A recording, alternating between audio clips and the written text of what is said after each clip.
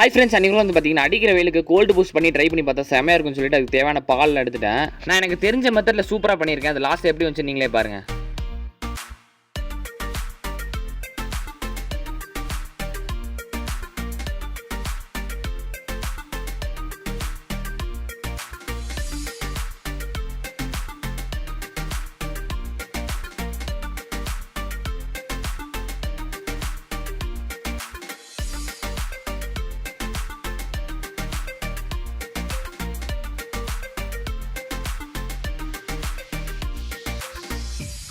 Friends, ஃபைனலாக வந்து பார்த்தீங்கன்னா அதுக்குள்ளே கொஞ்சம் ஐஸ் க்யூப்ஸ் எல்லாம் போட்டுக்கிட்டு அதுக்கு மேலே கொஞ்சம் சாக்கோ ஸ்டிக்ஸ் அந்த மாதிரி ஏதாவது வச்சுக்கிட்டேன்.